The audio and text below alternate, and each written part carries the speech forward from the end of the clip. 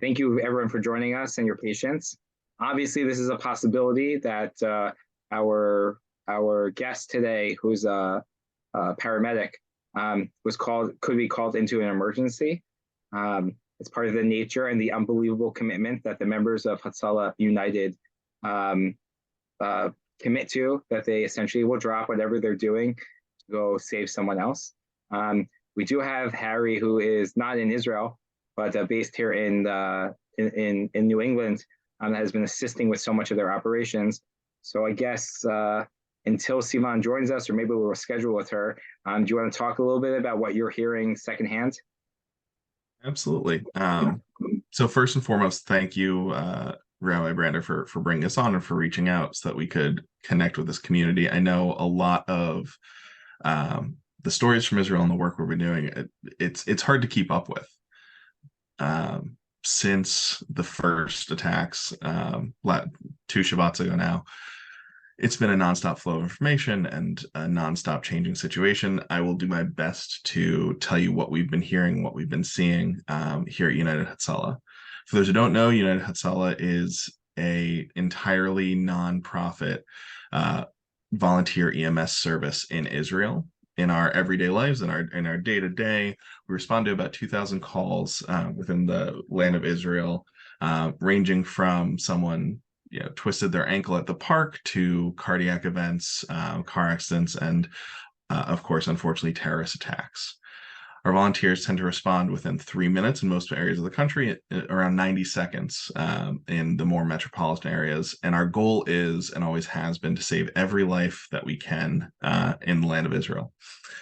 Our volunteers are a mix of people. We have men, women, Haredi, secular Jews, Arabs, Christians, Muslims, all walks of life that you find in Israel.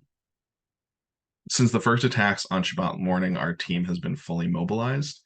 And what that looks like is we called everyone in on Shabbat, which we generally don't do, to start taking the rapid influx of calls and to reposition volunteers and equipment. Our volunteers have been on the front line since 20 minutes after the first rocket was launched. They were there in the music festival that was attacked.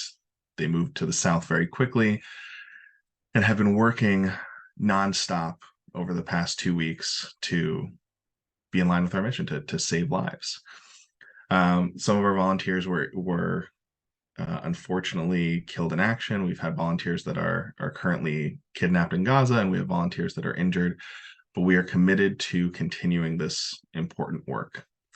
United Hatzalah volunteers currently are stationed on the southern border. We have 1,530 volunteers there, along with 125 different vehicles. Our ambulances are constantly moving people and supplies to this mobile command center that we're calling it.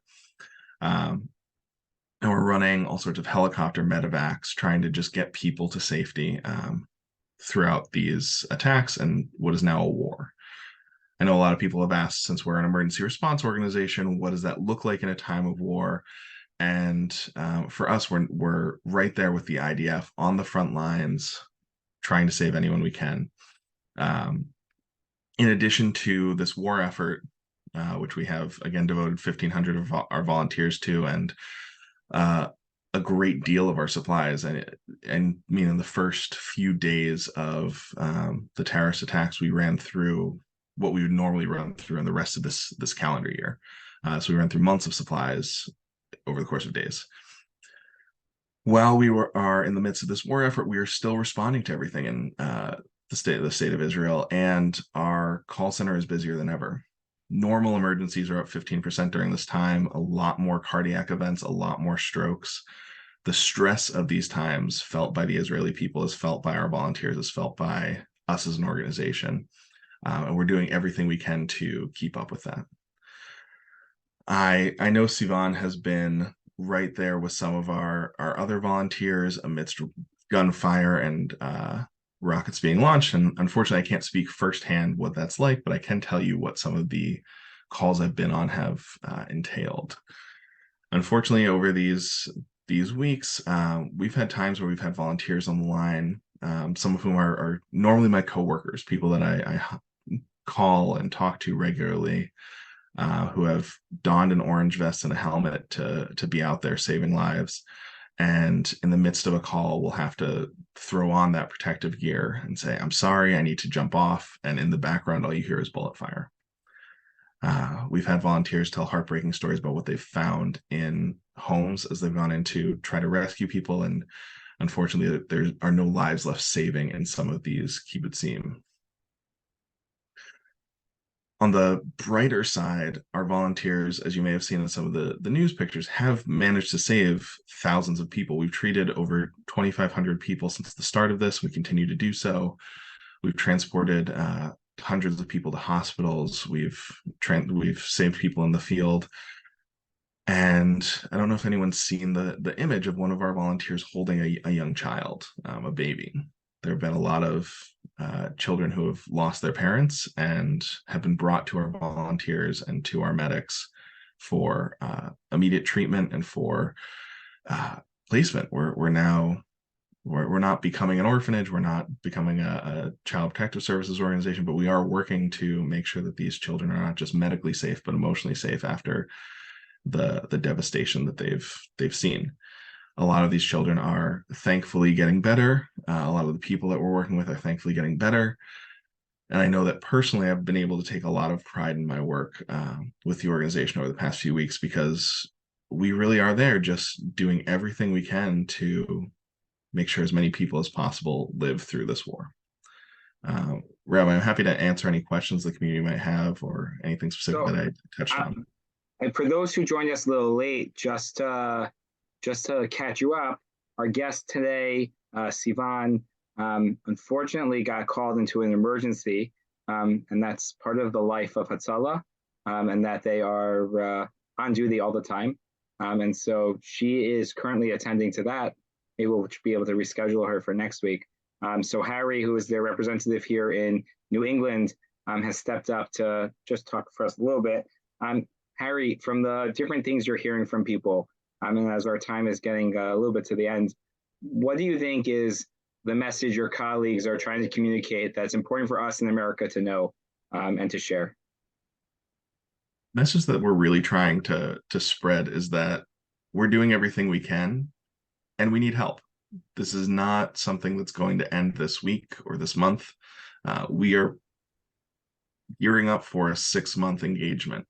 And considering that we're running through supplies in hours that would normally last months, we really do need the support of the American people. We're hoping that people will continue to spread the word about what we're doing at United Hatzalah and continue to fight any misinformation you might see on social media. I know there's been a lot of things swirling around about who did what and how it's happened. Really, the bottom line right now is that the Israeli people are hurting, and we as American Jews need to come together in support of that. That can be, like I said, sharing on social media and spreading the good news about what's happening. It's also about making donations. I know Rabbi mentioned that we have a campaign starting in the community to try to raise supplies and money. That is invaluable to us right now. We're trying to replenish. We're trying to keep our volunteers safe and able to continue working. And the only way to do that is with additional funds. Can you just give us a scope of sort of, you say the supplies you've gone through, just some of the numbers, the scope of the response has been for us to understand when you say it's been, a lot. What does that mean? So in a normal year, we respond to about 500,000 calls. So far in the past month, we've responded to tens of thousands. So we're responding to more daily calls in the land of Israel with, again, our basic response, but also every call with our volunteers right on the front lines of this engagement, every rocket attack, every accident, every terrorist incursion, we've been there. We've expended about 1,000 medical bags over the past month, which usually those last over the past couple of weeks, which usually those last quarter of the year, if not the entire year. For a dollars and cents amount, we've gone through about $25 to $50 million worth of supplies. We're still trying to figure out exact numbers, but we are in the process of raising an additional $49.6 million to replenish and to get our volunteers back on the road. Our vehicles have been heavily under attack. So normally we ride in ambucycles, which are motorcycles outfitted with everything you'd find in an ambulance other than transport. We also have ambucars, our own ambulances, ATVs, and logistics vehicles. All of those vehicles have been targeted by Hamas whenever seen. So many of our vehicles have become damaged, and instead of lasting for 3 to 5 years on the road, they're just riddled with bullets or damaged beyond repair, and we now need to replace those vehicles. So we've started, part of our campaign is focused on replacing vehicles. So I think between the vehicles and the medical supplies and just food, water, and protective gear for our medics, we've gone through about $50 million of supplies. Wow. Wow. Well, thank you for joining us and for stepping in. Before we sign off, I want to pass on to the mic to Eden Kessler and Talia Grossberg, who are spearheading a fundraiser of their own to help support Hatzalah, who are just joining us in from class. Again, for those who joined us a little bit late, that unfortunately our speaker was not able to join us, that she was called away for an emergency, and hopefully we will reschedule. Eden, do you want to tell us a little bit about the project that you're launching? Hi. Yeah. So just to introduce myself, I'm Eden Kessler. This is Talia Grossberg. Oh yeah, I sent it. Hopefully you can share it. Yeah, okay, perfect. So Talia and I both worked different summers with an NCSY program with Hatzalah Rescue for a month in Israel. And so we really wanted to help and contribute to the needs of Hatzalah right now with the crisis in Israel. And so we spoke to some our supervisors and other people that we worked with, and they gave us, so the list on the screen, the supplies the money will go to, is directly from either the Hatzalah website or from people that we spoke to that we worked with, and they gave us direct needs that these donations will go to and help fund. So with the issues with charter planes going in and out of Israel, and we don't really know when they're going to be leaving, or how we can get all of the materials on board. They originally said that we should get the actual materials, but they said that the funding is actually more valuable. So the link to the Google Forms is both via QR code and just a link that you can click on, and it has a way to give money on the Google form, and yeah, any donation really helps. And we created it so it's kind of like a store type, so you know where your money's going to. We listed the prices for each item that we have, which the money will go to. So you know that you're not just giving a donation, you're oh, what are they doing with it? You're giving a donation and you know what they're going to be buying with it. Excellent. Thank you so much. We'll be sharing this flyer with other people as well. I'm posting it on our website and sharing it around. Thank you, Eden and Talia, for your work and for bringing us involved in this important cause. Harry, thank you for setting this up. Of course, all of our work, everything that we're doing now should be that we have in mind our brothers and sisters in the land of Israel who are in need of our thoughts and our prayers and our support. And Harry, please pass along to your team in Israel, the community in West Hartford, that we stand with you and we stand behind you, and we're here to support you however we can. So we'll call a wrap to this for today. I invite everyone to join us next week on Monday when we resume this. Wish everyone a peaceful and solaceful Shabbat. Shabbat Shalom.